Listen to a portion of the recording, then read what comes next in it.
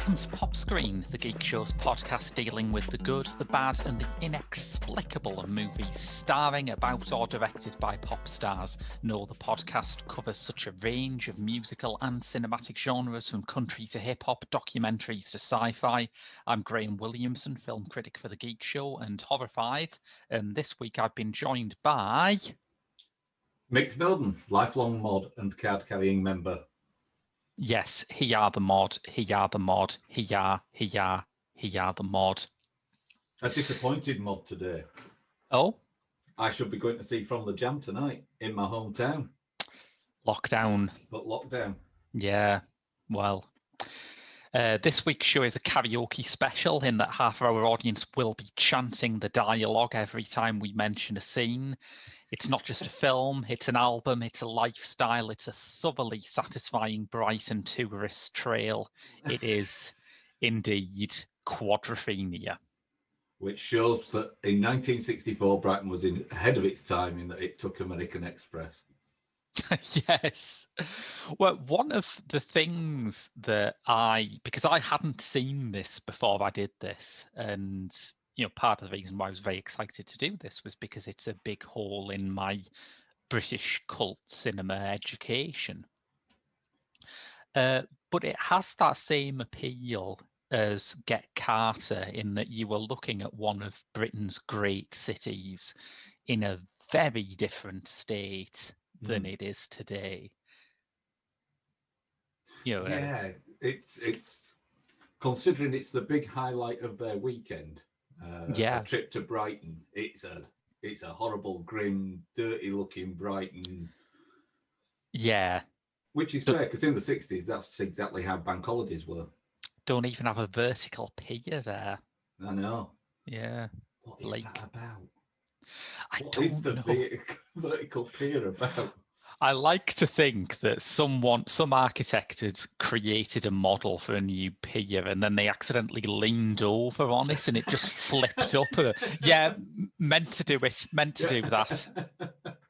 I once went to a seaside town on a school trip, and one of the girls said she was frightened of bridges, but she was all right on the piers, until I pointed out that a pier is basically an unfinished bridge. Yes. And that ruined her weekend. It didn't ruin her weekend as much as some people in this film get their weekend significantly ruined. For a film that featured a lot of uppers and downers, it's a big downer for some people that weekend, isn't it? Yes. Because I don't know if I really had any preconceptions going in. I didn't really know what to expect, but Quadrophenia, it's a very tough film. I think out of all of the films that we've covered, this is the one that feels least like a pop star movie. Well, the thing about this, and this is, of course, the sort of second film based on a Who rock opera album. Loosely based, it has to be said. But then the storyline on the Quadrophenia album isn't quite as strong as it is on, say, Tommy. But the crucial thing about this is that the Who don't feature prominently in it. Yeah. We hear their music. We see a clip of them on. Is it Ready Steady Go? It is. Yeah. But yeah, they're not featured in it, and it's not even a musical in the kind of loose sense that some other pop star vehicles are musicals. It's not even like A Hard Day's Night is not exactly a classical musical in that everyone plays their instruments. But it doesn't even hit that barrier, Quadrophenia. No, it's not a musical. It's not one where gangs of mods and rockers are descending on Brighton and bursting into song in some kind of big West Side Story fight sequence. Which I would watch. I'm going to go away and write that musical name. But the thing with Quadrophenia is that if you like, it's like a glorious pop video for the soundtrack out, but for the rock opera album, interspersed. And I think this is what is quite clever about Quadrophenia. is to take it away from that Who-centric rock album, because I think unless you've got an interest in either the Who's music or mod culture, yeah, Quadrophenia is quite not an impenetrable album, but it's not an album that appeals to the wider public, I don't think. There's only a couple of sort of recognizable hits on it, 515 obviously being one. But I think what they did quite cleverly with the soundtrack here, which helped to build up the world of 1960s Britain, is they interspersed it with lots of other sort of twee teen pop and rock classics. Well, you say twee. I think there's some absolute bangers on it. You've got Booker T and the MGs. You've got the Shirelles, was it, with He's So Fine, the song that is legally distinct from My Sweet Lord. And the Crystals, and the Rhythm of the Rain. Fantastic stuff, I think. And actually, if you were looking for a sort of gateway album into the Who's later, less pop years, let's call them, probably the OST for this, which is markedly different to the concept album, is probably the way to go. Because as you said, there's a few bangers on there like Booker T. Oh, I absolutely love Booker T. You can't beat Green Onions. Yeah, it's fantastic. But we should probably trace a bit of the history of that album, because it's quite an odd thing. It was released in 1973, so it's already just shy of 10 years on from the scene it's describing. Yeah. It was Townsend's attempt to write a rock opera that was more down to earth and more relatable than Tommy or Lifehouse, the failed one, which ended up becoming Who's Next. Yeah. And yet, when you listen to it compared with Frank Rodham's film, there's still some decidedly odd Townsendy touches on it. I mean, the title comes from this idea that Jimmy literally has four personalities who are in some ways the four members of the Who at that point. And I don't know if that would come across if you just watched the film. I think the title in the context of the film just sounds really cool, which is enough. Yeah. I think the other thing is that although they set the film in Brighton, I don't think that theme of the sea comes across quite as strongly on the film as it does on the original album. Yeah, that's a good point, actually. Yeah, because it's a big audio clue in the album. And for anyone who's not aware of the concept of Blu-ray audio, which is where they release albums in an uncompressed format on Blu-ray, right? This is the album to listen to. Oh, yeah. Get your 5.1 set up, close your eyes, and lay back, and just let the waves, or indeed love, rain over you. It is one of the Who's big production albums, really, isn't it? Yeah. I mean, The Real Me as the opening track is like an absolute blast. It's a film opening that hits you in the face, isn't it? Yeah, completely. And in that opening image, it tells you exactly what this film is about. It's about mods on scooters. Yes. Big scooters with far too many lights and wing mirrors for anyone to usefully use. Scooters that have got more mirror than the actual body weight of the shop bought frame of the scooter. But it's what I like about that image is, as you mentioned, that this whole thing about Quadrophenia and the four split personalities.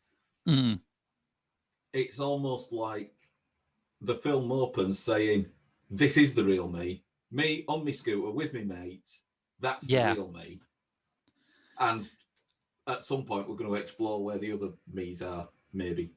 Yeah, in the context of the album, that is more of a question, isn't it? Yeah. Who is the real me? Yeah.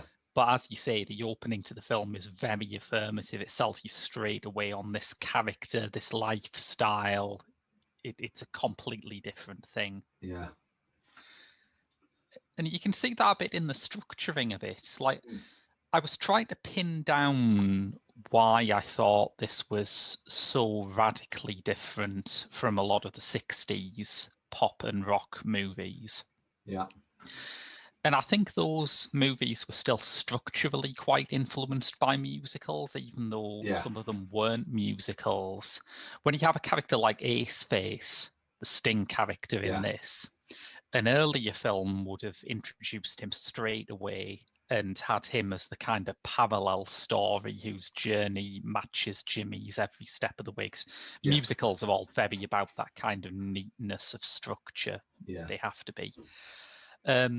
But this introduces Ace Face about halfway through. About an hour of the film has gone before we see him. And in that hour, we've just seen Jimmy's life and Jimmy's routine and Jimmy's home life and his social class and his leisure activities established in the manner almost of an Alan Clark film. It has an almost documentary air, which isn't something that you can often say about films that are based on a rock opera.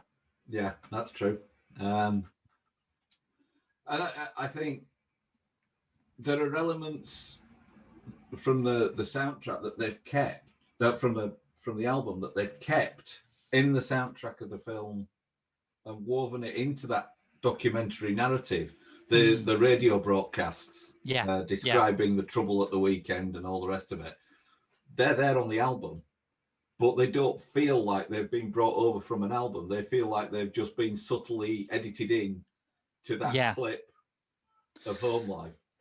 And when you consider what stage this is at in terms of the wider use of pop music in movies, that is quite incredible, because there's a point in here where one of the non-Who songs they use is Be My Baby by the Ronettes. And that got me thinking immediately of the iconic use of that track in cinema, which is at the start of Mean Streets by Martin Scorsese. And you think, oh God, when this happened, Mean Streets was about, 5-6 years old? Yeah. And that was the thing that really brought that idea of the needle drop, the pre-existing song used as a soundtrack, into commercial cinema. Yeah. It had been done in underground movies by people like Kenneth Anger, but no one had done it as part of a narrative movie like that. But you look at this, and whether it's a song by The Who or one of the songs by the other artists, the music is used in that kind of way that is recognizable from modern cinema, where it's a counterpoint to the scene, it sets the mood, it's something that the characters are maybe listening to within the film. Yeah. I mean, when you compare this to some of the Beatles movies, which, I do love, but this is immediately a more sophisticated and a more realistic way of using music and showing you how the characters have music as a part of their everyday life. Yeah, I mean, I'll be honest, a lot of the Beatles movies I found were just a structured bit of them messing about in front of a camera. Essentially, yeah. I mean, that's why I love a lot of them, but it is true. Yeah. And the other thing about Quadrophenia is a lot of the cast in Quadrophenia have gone on to become almost national treasures. Certainly, yes. And yet they're the kind of cast that if you'd have gone back in time to 1978, 79 when they were filming this and told them they were going to become national treasures, Ray Winston would have told you where to get off. Yes. And how long did it take me to identify Ray Winston, who at the time of filming, I think was about 12, something like that. Well, famously, Phil Daniels celebrated his 18th birthday on set. Yeah. So that puts the time frame around how long ago this is. But yeah, I was sat there thinking about all the iconic people that are in this movie, and thinking, was Ray Winston in it? Or did I dream that? No. Ray Winston's in there singing Bebopalula. He certainly does. Yeah. And it's funny because that's the last time we convened, of course, was for Absolute Beginners, which Indeed. also had in Ned Tudorpole's character a little hint of that mods versus rockers tension at a kind of embryonic time. We should give some mod history, shouldn't we? Because it's something that I think people don't quite understand unless they're part of the subculture. Well, again, it's another thing I've been thinking of, especially since we did Absolute Beginners a few episodes. Oh, I don't know. We haven't released any episodes. We don't know what order it's in, do we? This is after Absolute Beginners. It's fine. Okay. If it isn't, we're experimenting with non-linear narrative. It's really sophisticated. Can we build a time machine out of a GS scooter? So... That would be a good show. Time traveling mods. That's your second $1 million idea, this show. Oh, are you not aware of the Dave Gibbons graphic novel, The Originals? Oh, is that what it's about? Well, it's about future mods on hover scooters. Yeah, I had seen some pictures from that, but I'd never read it. Yeah, it does look good. So the thing about mod culture is that a lot of mods misunderstand it. And this has been illustrated to me over my years as a mod, most strongly at a Style Council gig in about 1987 at Birmingham NEC. So this was 5 years after the Jam had split. Yeah. 4 years after Paul Weller had sort of established the Style Council as his new musical vehicle and as far removed from the Jam's standard sound as it was possible to get. Yeah. And yet at Birmingham and AC, there was a gang of mods in the mosh pit, dressed in parkas, demanding in a sort of slightly Neanderthalic intonation that he sing Eton Rifles. And this is what I've noticed with certainly the revivalist mods of sort of the 70s and 80s and going forward later into the early part of this century. The revivalist mods seem to fixate on an element of the past. Yeah. And certainly the mods that I grew up with at the time of Quadrophenia were slightly guilty of that. They were listening to The Who, but of course The Who was still going. They were listening to the Kinks. The Kinks are still going on and off. But you also listen to the new bands, the Chords, the Jam, those kind of bands that were also part of that mod thing, Secret Affair. Because the mod itself is a shortening of modernist. It's about being up to date. And so it's why my generation of mod from the sort of 79, 80 time are also heavily linked in with the two-tone and ska revival that took place at that time. And that's the thing. Mods embrace what's new. They don't necessarily reject what's old. Yeah. They just don't like it anymore because they've moved on. And actually, if you... there should never be such a thing as a mod revival, because whatever is about to be current is what mods are listening to. So if you trace forward from when I was a mod in 79, 80, or when I started being a mod in 79, 80, when I identified as mod, to use the modern vernacular, the natural progression of that would have been going through New Romantic and so on and so forth throughout music, acid house in the late 80s, early 90s, Britpop in the 90s, although that was largely mod revival anyway. Yeah. So... We should probably talk about that, really, because in terms of my generation, when I am watching Quadrophenia, part of what I'm watching is the way that the bands of my youth filtered it through their sort of sensibility.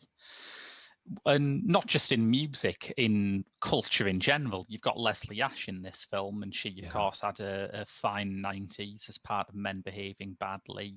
Phil Daniels appeared on Park Life, which is about as totemic a Britpop single as you can get. Absolutely. I think what mod, or at least this take on mod, as it exists in this film, offered Britpop, is that Britpop always had this kind of tension, which it never resolved, between the art school and the street. Yeah. It wanted to be very clever music that was reinterpreting the past and saying things about national identity. Yeah. And it also wanted to be number one in the charts, on page one of the Sun, and it's a laudable approach, but eventually the dumbness won out. And to be fair, the Gallaghers did manage to achieve all those three things. Yes, yeah. Yeah, the three checkpoints: the Sun, the charts, and educational subnormality. Yes. Yeah. And if you're looking for a figure from the past who encapsulates that, and if you're looking for their album that most encapsulates that, it's got to be Pete Townsend, right? Yeah, absolutely. Yeah. A smart, educated postmodernist who also made music of an ear-bleeding intensity that no one had ever heard before. But sadly never made to number one. Didn't they? Never a number one. Famously, The Who have never had a number one single. That is interesting. That is almost a better club to be part of than bands who have been to number one, isn't it? Yeah. There's a certain cachet. Yeah, everybody seems to think that My Generation was a number one, but no, I think it peaked at number 4 or something. So you are, if you have failed to get to number one, you are bracketed alongside The Who, Pulp, the Sex Pistols. It's not a bad list. It's not a bad list. It's not. I mean, to be fair, you've probably got to specify that you did chart and then failed to get to number one. Yeah, I also have failed to get to number one. Otherwise, it's a rubbish club. Ethel at number 42, she's in that club. Although she did do backing vocals for International Rescue by the Fuzzbox.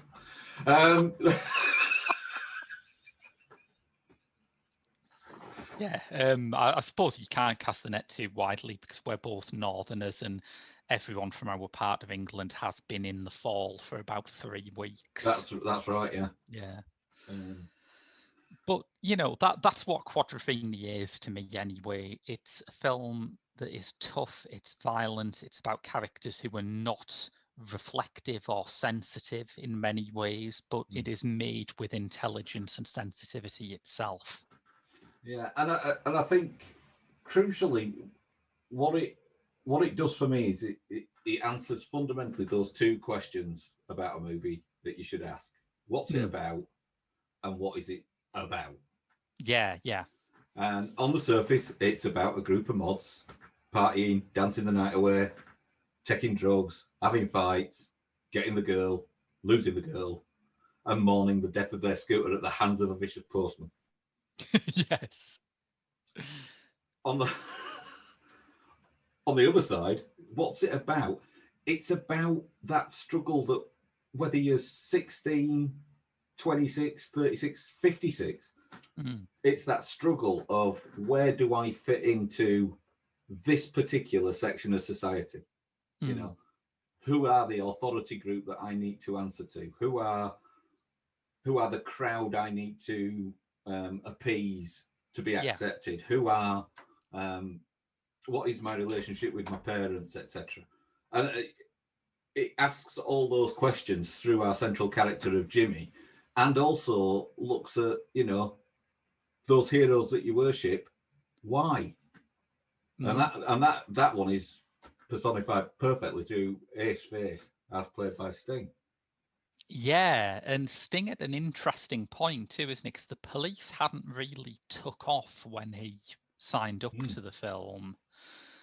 There aren't many figures in it who had any pre-existing fame. As we've said, certainly the actors are very young, but nowadays you can recognise Sting and you can recognise Toyah Willcox in the cast. Back then, they were not notable faces. The nearest they had to a pop star in the movie was that John Lydon auditioned extensively for the role of Jimmy and was was turned away because the producers thought there is no way we're going to get insurance for one of the Sex Pistols in this film, which I thought was a bit much considering he's probably more drink and drug free than everyone in the actual movie. But that was his rep at the time. Yeah. But yeah, because it does take into account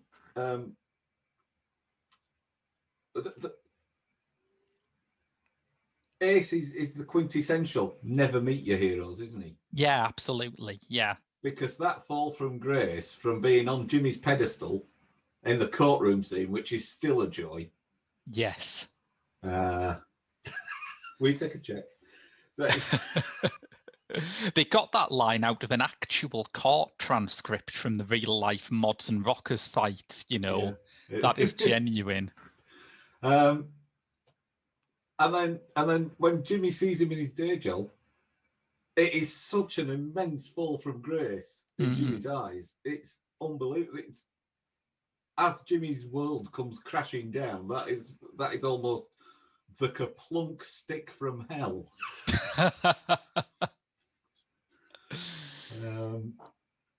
And it's interesting because most of these characters you think will have some kind of life outside being a mod. You know, most of them have to put food on the table in some way. Yeah. Most of them have some sort of family. Jimmy's family are very briefly pictured in this, and he sees them exclusively through the prism of them disapproving of him being a mod. And that's really his tragedy, isn't he? Isn't it? That, you know, as demeaning as it might be to see Ace face as a hotel bellboy, he's got something to fall back on. Jimmy has nothing outside this. Yeah. I think the other thing that I like about this that works in Quadrophenia that doesn't work in Absolute Beginners is it manages to cover a lot of themes as sub-themes successfully without feeling like a director or producer that didn't know what story they wanted to tell. We have a look at racial tension. We have a look at drug use. We have a look at teenage violence. Yeah, I mean, let's talk about that character actually. Ferdy, the one black member of the gang played by Trevor Laird, is a really, really interesting character. And another way that I think Quadrophenia makes this scene, which by 79 could have felt totally irrelevant. I mean, everyone knows nothing moves faster than pop music. You're making a film about a scene that's 15 years old. It should be embarrassing, but this film comes out in the context of things like Franco Rosso's Babylon. It comes out in the same year as Horace Ove's Play for Today, A Hole in Babylon. Things which deal with Britain's African and West Indian communities in a way that hadn't happened in British TV and cinema before. And it's just one of those ways in which this film about what, you know, in 60s and 70s pop time is a fossil suddenly actually feels like a vital snapshot of 79 as well as 64. Yeah. And I think that is, I think that's the appeal it's got over the original album is very much 70s Who. Yeah. And it is almost preserved in amber. Once you hear it and you appreciate it, you can go back to it again and again. But it's your initial reaction is this is a 1973 album. Yeah. Whereas I think Quadrophenia has a kind of timelessness to it. Completely. Because I think it I think it addresses things that come round in cycles. The tensions, the frustrations, etc. They're cyclical. They're, you know, we will have gang violence again. Yeah. There's no two ways about it. It may not be on the same scale. It may not even be in seaside towns. But that was the thing about the Mods and Rockers things. In the 60s, all those clashes, and indeed when the revivalists came along in the 70s and 80s, all those clashes took place in Bridlington, Brighton, Blackpool, Scarborough. Yeah. The other thing about the mods and rockers violence, which I think makes it, again, lastingly relevant rather than just a snapshot of an old youth scene, is that is where the phrase moral panic comes from. Yeah. That the sociologist Stanley Cohen wrote his classic study, Folk Devils and Moral Panics, about the way that media coverage of fights between mods and rockers ended up inflating the actual violence which they were supposed to be decrying. So I suppose that's another way in which it's very 79, isn't it? That this is somebody asking the punk generation, okay, well, you've had your fun and, you know, you've got through the initial phase of this, but do you stand for anything or do you just oppose things? I think the other thing that ties in is that 79, when this came out, is also the time that you know, that there were questions being asked about the SPG element of the Met. And there were already questions being raised about police brutality also being part of the escalation of violence on the streets. So, and I think we see evidence of that in the film as well. Which is partly Frank Rodham's directing tactic. I think they did all of the Brighton Beach stuff first, which is a hell of a baptism of fire, although I imagine once you've got those scenes, you just think, yeah, the film works, you know. But they got a lot of actual mod revivalists and rock and roll revivalists down for that. There were a lot of us around. Certainly, yes. But the police extras they had weren't taking it seriously. So apparently Rodham just went to some of the mods and rockers and said, see them, they've got their helmet on back to front, they're taking the piss. I want you to go for them and really go for them. This is the man who created MasterChef, right?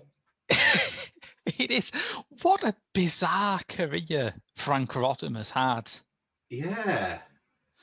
You would see this and you think, I mean, this is he'd done films on television before at a time when the boundaries between what is a television play and what is a film were kind of interestingly porous, you know. So it wasn't his first feature-length drama, but it was his first, like, cinema release movie. Yeah. And you look at this and you think, well, this guy is a major British director of his time. This guy should have been bracketed alongside, you know, Derek Jarman and Peter Greenaway in that generation. Not quite, really, was it? No. He created MasterChef, as we noted, which is incredible. Which means that Quadrophenia could have been called Bank Holidays Don't Get Tougher Than This. I think MasterChef would be infinitely better if it was presented by a pilled-up Ray Winston, by the way. I think that would be great. With Phil Daniels setting the skills tests. But he did that. He helped create a redesigned Pet. Mm-hmm. And sure enough, Timothy Spall has his first screen role as a film projectionist in this. Yeah. I think what slowed it down for him is he got tied to this very strange script in Hollywood called The Tourist, no relation to the Johnny Depp, Angelina Jolie catastrophe of 10 years ago. But it was a very strange kind of psychological science fiction film with a heavy S&M angle at a time when nobody was pushing that. You know, this is pre-Madonna, you know, getting into leatherwear. Nobody wanted that. Everyone agreed that it was the best unproduced script in Hollywood, and everyone agreed that it would really freak audiences out. And over the years, you started to see elements of it getting lifted for things like Species or Men in Black that put it into a more commercial context. So it's been kind of pickling, but Frank Rodham stayed the course with that for so long. It's kind of laudable because it's a great, difficult script, but it was never going to get made.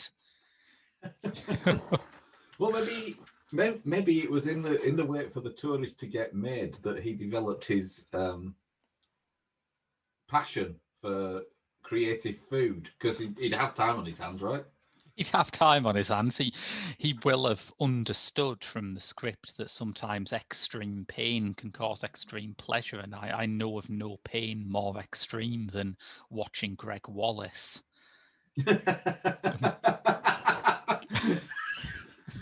I just wonder if Frank is somewhere there, pulling out those facial expressions. Actually there in the director's chair on the set of MasterChef, pulling out those gurns. Actually, I need more eyebrow. Under the table, kicking him in the shins repeatedly.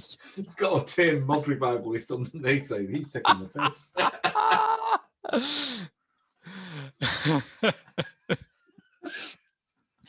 So yeah, it didn't work out, but I think you have something like Quadrophenia, you have something that will essentially last forever.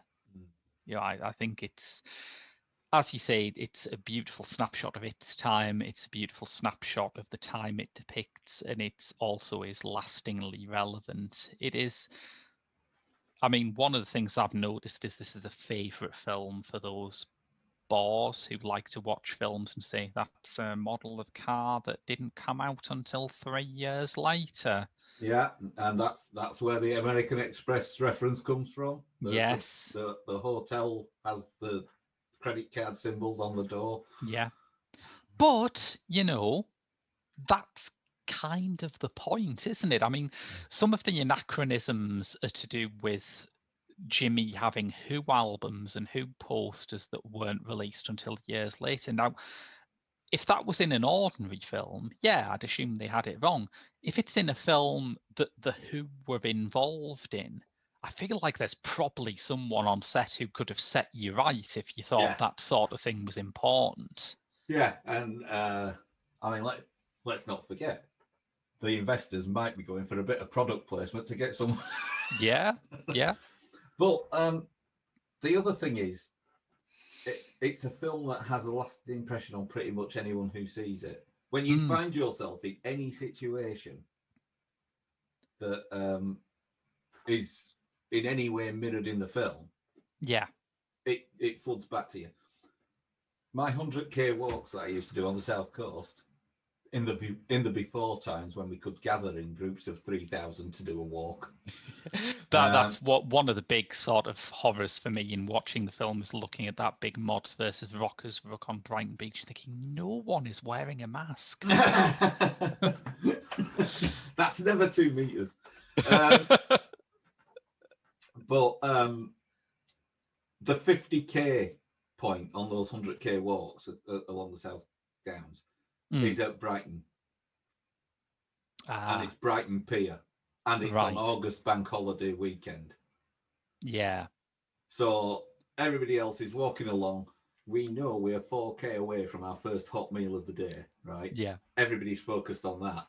Me, I'm on the lookout for scooters. And my big regret as we're walking down Brighton seafront, with the sound of The Real Me running through my head. Of course, yes. As we're walking down Brighton seafront, my big regret is not the fact that I'm 4k away from a decent meal. My big regret is that there are lots of posters for Northern Soul weekenders that I can't go to because I'm walking to Arundel. Yes. The actual, the sort of climatic scene of it is shot at Beachy Head, which I love Brighton. I go down to Brighton anytime I can. I've been to Beachy Head. It is a very ominous place. It has, for the benefit of our overseas listeners, Beachy Head is infamous in Britain as a suicide hotspot. Yes, it has a pastor who does daily patrols. I thought you were going to talk about a brand of pasta, like a brand of suicide-themed Italian foods. No. Man, Frank Rodham is trying to knit together his career in quite unexpected ways here.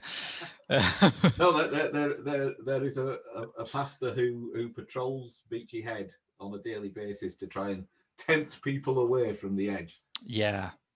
Yeah, I can believe that.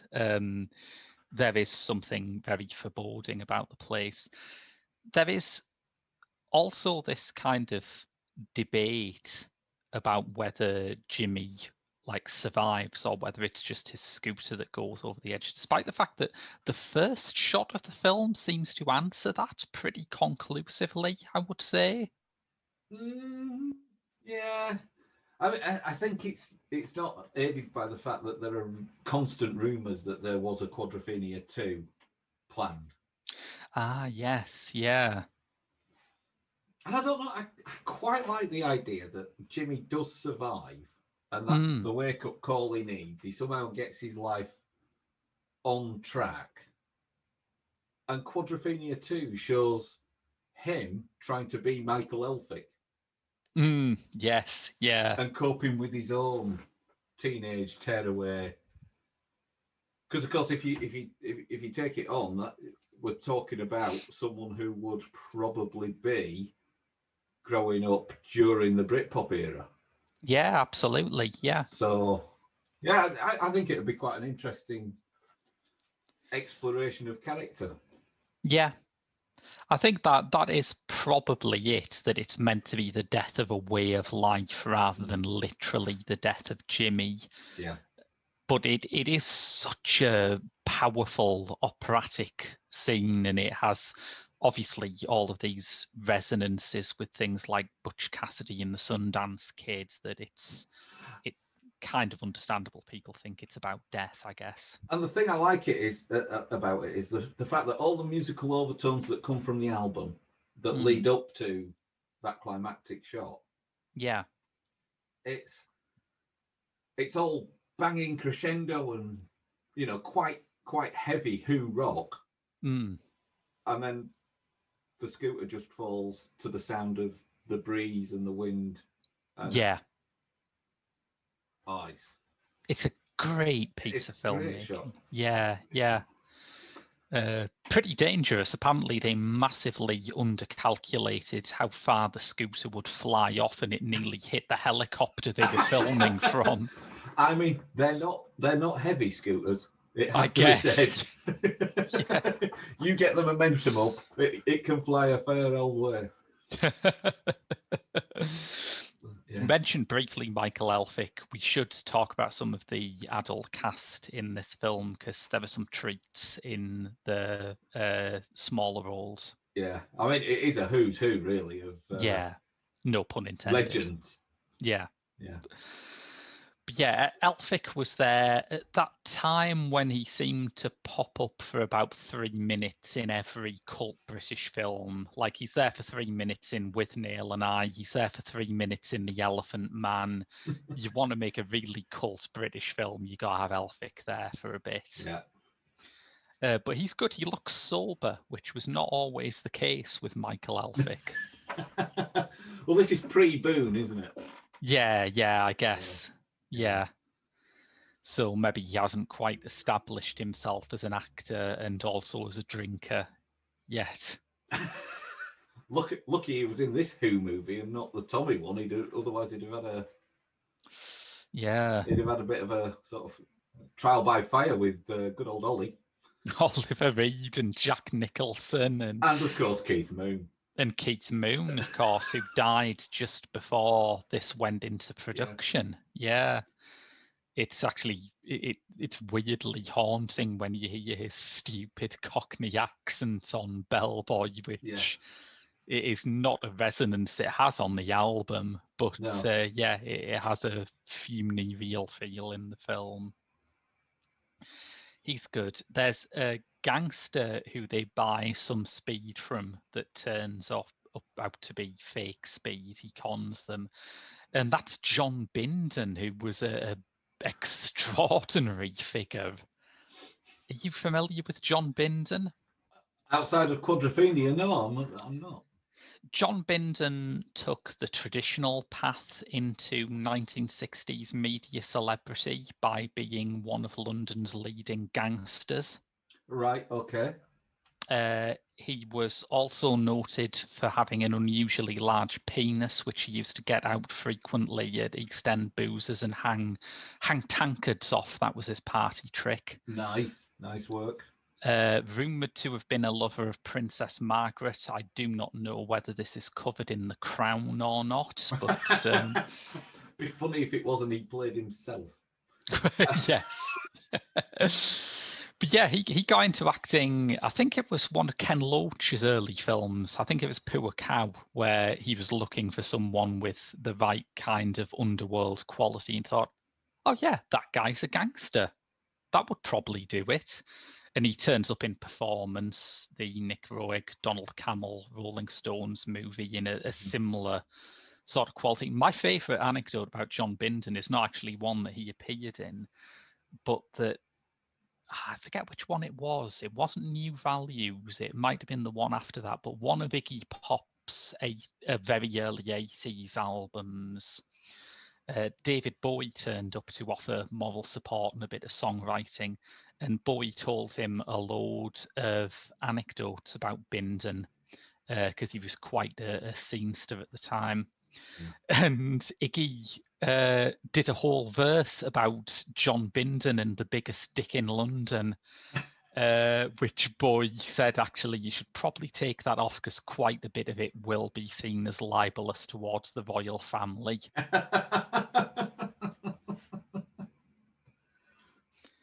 Wow. So yeah, quite a life there, John Bindon. Yeah.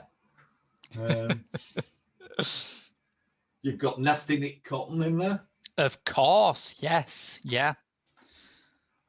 And we haven't really mentioned Toyah as Monkey that much. Yeah. And she's quite she's a character that the audience can get feels for, isn't she? Yeah. I mean, Toyah Wilcox is kind of an affectionate performer anyway. Yeah. Like even during her punk days, there was always something a bit cuddly about her, I felt. But yeah, that comes through very strongly here. Yeah, she's sort of the. At times, it seems like she's like the unrequited love of Jimmy.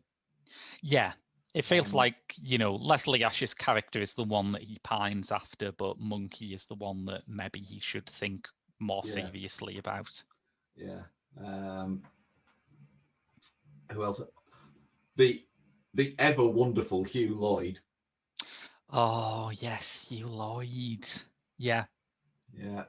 Playing Jimmy's supervisor, I guess, at work. Yes. Another clearly sort of sympathetic character who, in as much as was the case in a 1960s work environment, was sort of like, a father figure of, now don't you be getting up to any mischief at the weekend. And it's great because that is the kind of role that is usually thankless. You're in a teen rebellion picture, you're playing the hero's boss, your job is to be no fun whatsoever. But I suppose that's the difference between making a mod movie in the 1960s and making a mod movie at the end of the 70s, is that the people making it are older men and they have that degree of insight. Yeah. Incidentally, do you know how many mod movies were actually made in the 1960s? I'm going to hazard a guess at none at all. Yeah, none at all, which surprised me considering that 60s cinema exploited the hell out of any pop trend that happened. And even when you have the late 60s psychedelic scene, which you would think is completely beyond the cognition of any film studio, you still have a load of terrible films like Skidoo, where a bunch of old Hollywood people try and make something for the crazy hippie kids, and they're ghastly. But yet Mod, for the whole of the 60s, couldn't touch it. It was like it was radioactive. But I think the difference between, and you certainly can't say the same for the next sort of big youth culture thing, which was punk. I think by the time you get to punk, you've got some young sort of tyros in the industry. Yeah, you've got some people who are both part of the industry and part of, they may not be big parts of the industry, but they're in the industry enough to have access to kit and stuff. Yeah. Whereas in the 60s, unless you were doing an internship at Rank, you wouldn't have access to like film gear, Yeah, it's a fair point. Yes. And I think it's quite clear from what we see in Quadrophenia that, the old guard wouldn't have really wanted to make a film about it because they didn't know quite what it was. Yeah, and it was legitimately dangerous. Probably if you were over 40 at the time, you would have only known mods from these extraordinary tabloid stories and mass gang brawls. So it would have been, they wanted a hands-off approach. They'd be completely, and if you did get a mod movie, it would probably be just about how mods are evil. Yeah. So I guess you can look back at things like, what was that film that that Joseph Losey made for Hammer Studios with the like evil teenagers? It's called The Damned or something like that. I suppose you can look back at that as a kind of subtextual mod movie, a movie that is about the anxieties that mod caused the older generation, even if it has nothing to do with the actual style and subculture. Yeah. I like the fact that the Wikipedia page for Quadrophenia has a shot of the alley where Jimmy and Steph have sex. Because As it is now. it's just such a touristy kind of film in a lot of ways. It and has a real. The caption says, "Turning left will take you into East Street." Because that's why you go down that alley, to get to East Street. Completely, yes. Brighton now, again for our international listeners, Brighton now is kind of the Austin, Texas of Britain. It's this wonderful kind of hub of countercultural and artistic and queer kind of subgroups. But yeah, it's a completely different business in Quadrophenia. I guess because back when the Mods and Rockers thing happened, there was still a viable British seaside tourist trade. That's right, yeah. I mean, Brighton, like a lot of the other towns that I mentioned before, was a former spa town. It was where the royals went to convalesce. It was, most of the piers were commissioned by members of the royal family. Yes, yeah. And I get a great kick out of recognizing Brighton in films where it's shot. I think my favorite Brighton film before this was that there's a bit where in the Ian McKellen version of Richard III, which I think is a masterpiece anyway. I adore that movie. I could never watch it. Oh?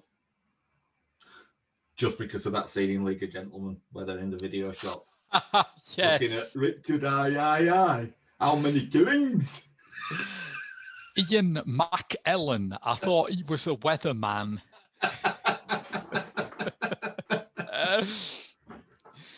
But yeah, there's a scene in Richard I where they go to the sort of base that he's established as part of a sort of coup attempt. And it's that ridiculous kind of cod oriental sort of palace that the royals built back when it was their major bolt hole. Yeah. And it's such a wonderfully strange location. I mean, if I was... One of the peculiarities of the British film industry is that it's all based in London, and yet they don't film everything in Brighton, which is about sort of 10 minutes train journey away. I would never get bored of filming in Brighton. It's brilliant. I mean, my only experience of Brighton has been walking through it at various times of the evening on those 100Ks. Yeah. It was always just too far to go for me. But even though we're walking down that main drag, the main promenade down past the pier and the Grand Hotel and all the rest of it, it's a remarkably different feel So the route we took came down the hillside to the promenade. Yeah. Through what somehow manages, even though it's the outskirts of a town and therefore should just look like the outskirts of any other town with its Lidl and its, you know, it somehow manages to still feel like Brighton. Yes, completely. Yeah. And then you get down onto the promenade, which is very seasidey, and as you've mentioned, not as run down seasidey as it would have done maybe 20 years ago. Yeah, it's found a reason to exist other than day trips to the beach. There's a lot of cafe culture on that beach, isn't there? Isn't there just? I mean, it's still quite mod. Yeah, it's very Cafe Blur album cover. Yeah, but they'd never be able to stage those fight scenes at Brighton now. It'd take them 3 weeks to clear everything just so that they could have the room to fight. I know. Yes. Yeah. Also, the seagulls would beat them up. The seagulls at Brighton are vicious bastards. And then as you walk on towards, as you head out towards Hove along the seafront, you get into this sort of strange netherworld. It's neither seaside town, but it's not quite coastal rural path. Yeah, yeah. And you're not sure what's going on there. It is lovely. Brighton and Hove is actually Albion, in my opinion. Oh, very good. A rare but priceless football joke from you there. Cherish those; they don't come around very often. So yeah, a few things a few bits of trivia to wind up with. I love the fact that when this went out to America, they created a censored version for television, as was the practice back then, which still actually had a load of swearing in it because the Americans found the accent so incomprehensible that they just missed half the swearing. Excellent. You see, I mean, I'm not a huge fan of that kind of censorship anyway. No. Because I think if you're going to show a film that isn't suitable to be shown before the watershed, you should show it after the watershed. Well, it's weird in America, isn't it? Because there's things that we'd show before the watershed over here that they still wouldn't show after the watershed over there. That's true. Yes. Yeah. But the truth of the matter is, you know, if you're going to cut out the exposure to bad language in a fear that it will bring around the moral fiber collapse of the entire nation. I mean, yes. First of all, US, way too late, and horse and bolted, and they should know about it. They've got ranches. But also, are you going to issue every member of the public with noise-cancelling earphones before they set out foot outside their door? You know, there is that, isn't there? Yeah, yeah. So, yeah, but I just feel that scene with the post van and the scooter would lose all impact if it was replaced by beeps. You rotter! you absolute stinking jerk! You've killed my blimmin' scooter. Or for a surreal moment, if they wanted to get rid of the swearing, get Rupert Everett to overdub all Jimmy's lines. That'd make it lovely and acceptable for America, wouldn't it? That would make it really classy. Yeah. That's that old Peter Cook and Dudley Moore sketch, isn't it, where they were complaining about the reception that Derek and Clive got. Oh, it's quite different when it's Gielgud, isn't it? A prick in Gielgud's mouth is a quite beautiful thing. Sir Larry can handle an arsehole like no one's business. Yeah. Yeah, because it's one of those films, I think. I get that there are films where the swearing is gratuitous and unnecessary and maybe more than would be warranted by whatever's going on in any given scene. But in Quadrophenia, it isn't. It's incidental. It is just the language of the people in the film. You could not do a psychologically convincing film about a character like Jimmy without acknowledging that he swears. Yeah. You could make a film about mods that had no swearing, but it would be a radically different film to Quadrophenia. Yeah. A few things that I found out when I was researching the album as well. You mentioned that it doesn't really have any big, like, iconic Who tracks on it. There aren't that many of those. Well, there's 515. That's about it, really. 515 was a pretty big hit, and Love Reign Over Me has, I think it's become more of a favourite through playing live, which is understandable because it's a real epic. One unexpected reason why this might be is that it was impossible for them to produce enough vinyl copies to meet demand because of the OPEC crisis. So if you're wondering why Quadrophenia feels like a snapshot of the 70s as much as it is the 60s, that's probably it. And it's from a time when vinyl records were thick. Yeah, they were big chunk boys in many ways. You could serve a Sunday dinner on it and still play it afterwards. Yes. And indeed, some hipster restaurants probably now do. Who fan, sir? Would you like to sit in our Quadrophenia booth? That probably does exist in Brighton today. Yeah. It's probably there. And if not, Camden. Yes. So yes, that's Quadrophenia, a film I could not be happier to have caught up with, and that's been Pop Screen this week. Like I say, you can find me at Horrified, and I also cover a lot of the Geek Show, .co.uk, which is our parent network. I do the Director's Lottery podcast with Rob Simpson, which you can get by donating to our Patreon, as well as the bonus episodes of this podcast.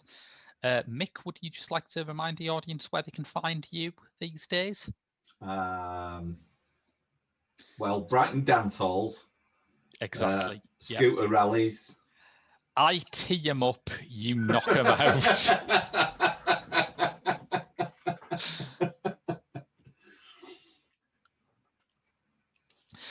But yes, Mick is also on Behold, which several of us Geek Show types do, about trying to discern scientifically which is the best comic book movie. Comic book adaptation. So because and I know this may become a revelation to you, Graham, but there's a smaller version of cinema called television.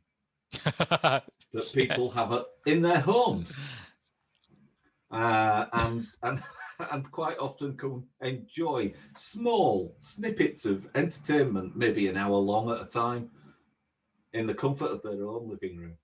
And some of the adaptations are in that medium. It won't catch on, but listeners, if you're into that sort of thing, Behold podcasts do a very good job of covering it. Yes, but until next time, that's been your lot from Pop Screen. I've been Graham. I've been Mick. And we'll see you next time with more pop movies.